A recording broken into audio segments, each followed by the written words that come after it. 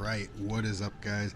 I am back today with another training session. Today was day 11? Yeah, day 11, pull day. This was a great session, as with all of my sessions in this push-up phase so far. Total time for this was about an hour and 7 minutes. Session felt really, really good. Solid day overall. Starting out here with the same thing as last week. Obviously, that doesn't change. Single arm lat biased pull down.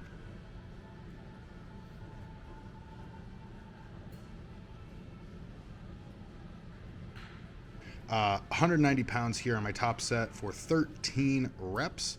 Cleaned up the form here a little bit. Also took a weight progression this week. I think we were at 185 last week, so 5 pounds up on the single arm movement here. Rep goal is 8 to 12 total reps, so we went over that rep range, and we'll be going up in weight again next week. I might just do that on the top set. You'll kind of see here better when I switch to my left side.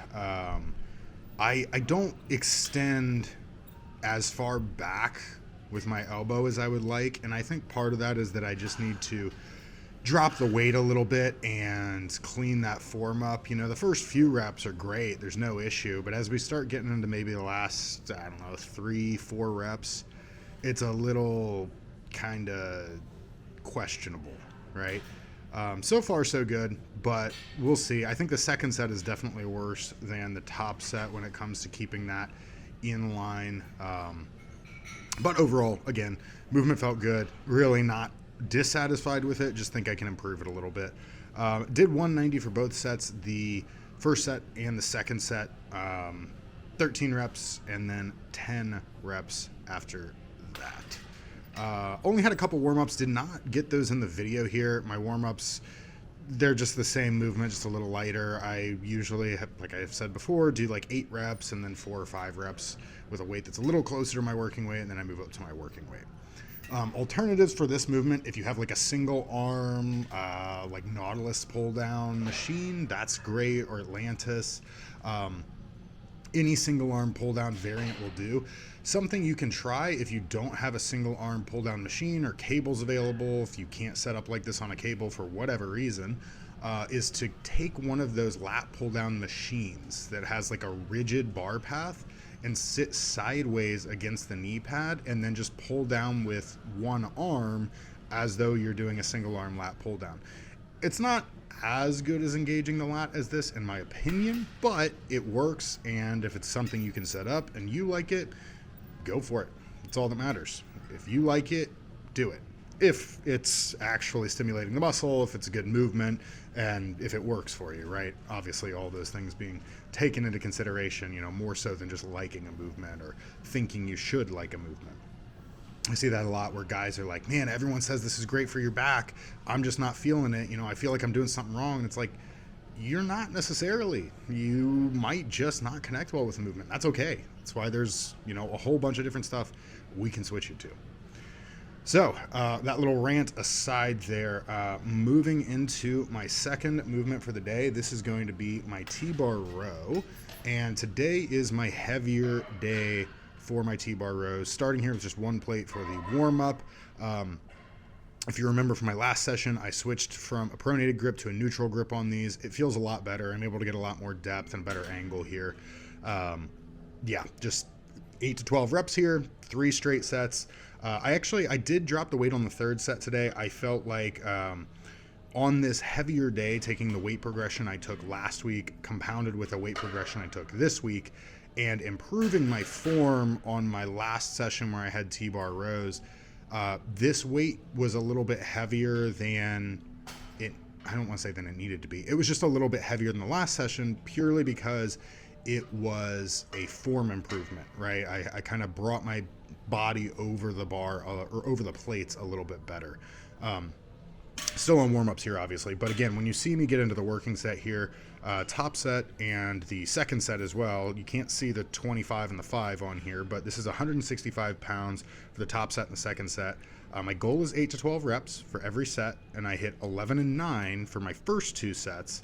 And then for that third set, I end up dropping to 135. I just stripped that 25 and that 5 off the bar here. And I ended up getting 11 reps. So overall, pretty happy with that. And the form, this felt fucking great. I mean, honestly, these just felt really good today. Continuing to get these more dialed in.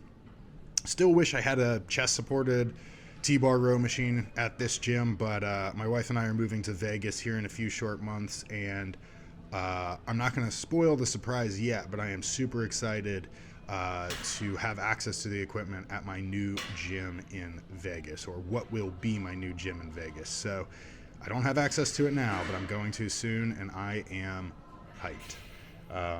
Yeah, that being said, that'll be something that you guys will get to see first as I get out there and start training in the new gym. They're very pro record everything you do, so I'm really excited for that. But yeah, on this, I kind of lost track here. I think this is the second set. Hard to tell from the weights because, again, you can't see the 25 and the 5 on the front. But yeah, I got 9 reps. These were a little slow. This is typically a slower movement for me because I like to really make sure I'm getting a stretch at the bottom. I mean, you can see even on some of my reps, I was going all the way to the ground, touching, and then coming back up. That's just kind of how I prefer to do this movement. Third set, though, felt good. I was getting a good contraction, good stretch on both ends. It moved a little quicker with the lighter weight. I don't think I need to drop my weight on my first 2 sets. I think what I need to do is just stick with this structure for now, where I have 2 sets that are the same weight, my first set, second set being the same weight as my top set, and then do a back off set for my third set. And that seems to work pretty damn well. I might even try a little bit of a lower weight on this third set, but honestly, I mean, it felt pretty good. 11, 9, 11 there, 165 for 11 and 9, and then 135 for 11, so I can't complain. Next movement is going to be a seated cable row, lat biased. So remember, the cue here for lat bias is you're going to kind of pull the elbows close to the body, but also kind of pull down towards the belly button, right, to engage that low lat. Took a weight progression and a rep progression here this week. 185 pounds this week. That's a 5-pound weight progression. And then 14 reps for the top set and 12 reps for the second set. 185 on both sets. So 14 and 12, 185. Goal range here is 10 to 12. So that is actually an awesome... lost my train of thought. That is an awesome weight progression there to get 180, and rep progression to get 185 for 14 and then 185 for 12. I'm still only going to do a 5-pound weight jump next week, but I will definitely go up 5 pounds. The reason I don't want to jump 10, even though I just blew the weight out of the water here, or the reps, is the movements, my back movements specifically. When I do weight jumps that are too large, it kind of catches up with me and I end up overextending myself. I kind of jump a little too quickly and then the reps really fall back. So my weight moves up a little bit more, but my volume really drops off. Whereas if I would just move up 5 pounds instead, that weight moves up and the reps don't really drop off or just continue to match. So it's better for me to move slowly on these movements. But yeah, this felt good. As always, any kind of lat row is going to work here. If you have a chest supported row that you can row to the lat with, that is also a really useful tool. I have access to that as well. I just have these in the routine right now. So yeah, moving into the next movement, it's going to be a hammer strength high row with lat bias. This is a single arm high row. Took a weight progression here this week. I went up from 145, I think, to 150. 17 reps is what we ended up taking here. 17 on the top set, and then the weight was the same across all 3 sets, 17, 13, and 12. Something that I kind of figured out as a cue that works for me here to kind of help really engage the lat, and I actually kind of fell into it on the second set, is when I'm pulling down and kind of driving that elbow back. If you imagine... It's hard for me to visual or to show here, I guess, without the visual. But if you imagine kind of pushing your wrist out, like you see how my wrist is facing away from me, right? My outer part of my wrist is obviously facing away from me. If you kind of envision pushing that outer part of the wrist in front of you, like towards whatever's in front of you, or rather away from your body, so you just kind of curl your wrist out as you're pulling down, it really helps to engage that lat a lot more. So that was something I was actively thinking about while I was pulling down through these movements today. And something I will note here too is that looking obviously on this left side here, I feel like I could probably get my elbow back a little bit more here. This is one of the things I struggle with. You'll notice this on a lot of my lat movements, but specifically the single arm ones. My left arm in particular, I have a really hard time bringing that full range back. It's like my lat just locks out really early on my left side. On my right side, I don't have nearly as much of an issue with it. But despite that, this movement felt really good. Again, the range is 10 to 15 reps here, and I hit 17, 13, and 12, all with 150. So probably going to take a weight increase on this next week, go up to 155. Yeah, felt really good. Not a whole lot more to say about this one, I guess. The alternative here that you could do is to... I mean, there's a lot of ways to kind of spice up this machine in particular. You can, if you are familiar with flex grips, FLEXX grips, they're like a metal handle you can attach to this bar and use with, it allows you to rotate your grip and rotate the wrist. And so those can be really useful here. I might pick up a pair myself just to use them on this movement specifically. But if you don't have access to those, don't want to buy those, whatever, you can also use like the cloth handles. And if you just kind of tighten them around the handle here, you can get a little bit of a more natural grip. You just might have to compensate by pulling the seat down a little bit further so that, you know, the extra length of that cloth handle kind of doesn't ruin the range of motion or the actual path of the machine here. If you don't have access to this machine, then whatever single arm lat based movement you can do is a great alternative. You know, we talked about this earlier with my first movement, the single arm lat cable pull down. You can do that as well as a replacement for this. If you don't want to, you know, you don't need both of them or you don't want both of them in, then you can do one or the other and kind of use them interchangeably. You could even do a single arm or, you know, both arm, like lat pull over, you know, where you're kind of engaging that lat from a standing position. That is actually one movement I don't do currently, but that's because we have a lot of single arm lat work and to really focus on that lat development. Again, any lat work, you know, lat work is usually something a lot of guys need. I am no exception to that rule. So that is why you see me doing quite a bit of it here. But yeah, there's a lot of good options for lat work out there. One thing I will kind of touch on with that though is if you just go in and you're cranking out, you know, like as heavy as you can on the lat pull down, overhand grip, super wide, straight up torso, you probably aren't engaging your lats as much as you think you are. In my opinion, these single arm movements and being able to really position yourself into an angle where you can leverage the bar path a little bit more to directly focus the lat is far superior to bilateral heavy work. That's not to say that bilateral heavy work for the lats isn't important. You know, it's very valuable. But I feel like if you have an issue with the lats, with engaging the lats, with connecting with the lats, try these single arm movements. Try really to keep in mind keeping that elbow close to the body, pulling it back almost like you're stabbing into the ground and then dragging your elbow back, and really focus on actively thinking about contracting with the lat, trying to keep as much forearm and bicep out of it as possible. And even rear delt in some cases can kind of feel like it needs to take over. So try to actively mitigate that and think about not pulling with that and focus on pulling with the lat. Okay, so that all being said, we're going to move into, I think, the single arm cable curl here. Yep. This is, again, you know, something I touched on with my last video for this session. A movement that's really hard to connect with for me, but this week felt pretty good. I kind of, not necessarily so much on this first set, but on my next sets, I kind of started to angle my body a little differently. I almost turn into the cable, like bringing, so if you like in this position, I would bring my left shoulder a little bit in front of me more and kind of rotate into it, but keeping my right arm in the same path. And that kind of gives me a leverage where I'm almost somewhat curling up into my chest without changing the actual path that my arm has to follow and the resistance from the cable. And for me, that felt a lot better. Again, my biceps are such a fucking tricky body part for me to work.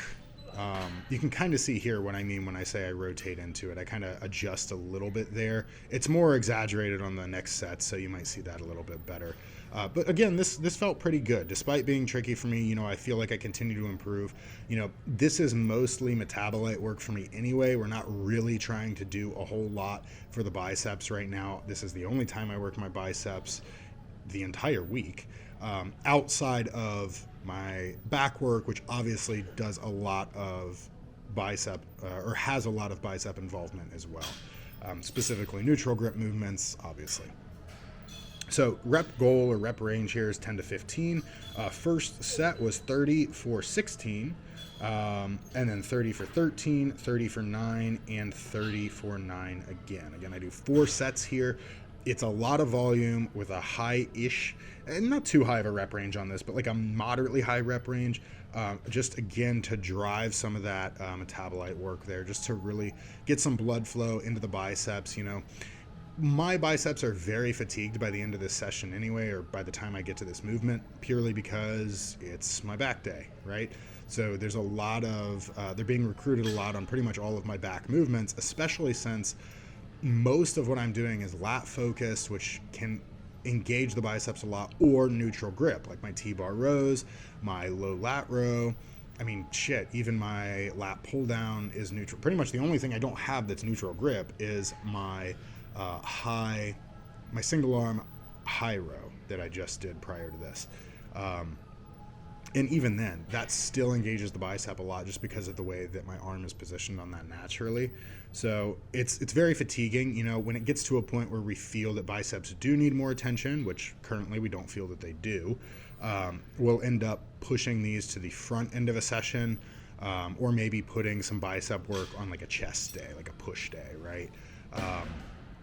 Might even do some at the end of a leg day, honestly. My mixed leg day, which was my first day of the week, Monday, is a relatively short session compared to my other sessions during the week. So some extra bicep work there wouldn't hurt if it gets to a point where we need it. But right now, again, in order of priority, my growth is basically focused on hamstrings, back, specifically my lats and width, and my adductors. And then when we're starting to consider other things like triceps, probably.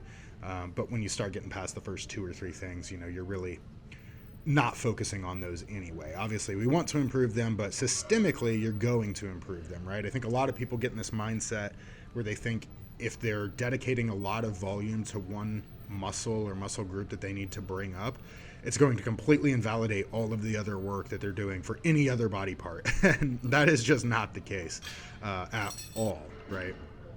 Obviously, in a growth phase, you're going to grow systemically. You're going to see improvements across your entire body. But, well, as long as you're training correctly and eating correctly, right? All other things being equal, you're going to see improvements across your whole body.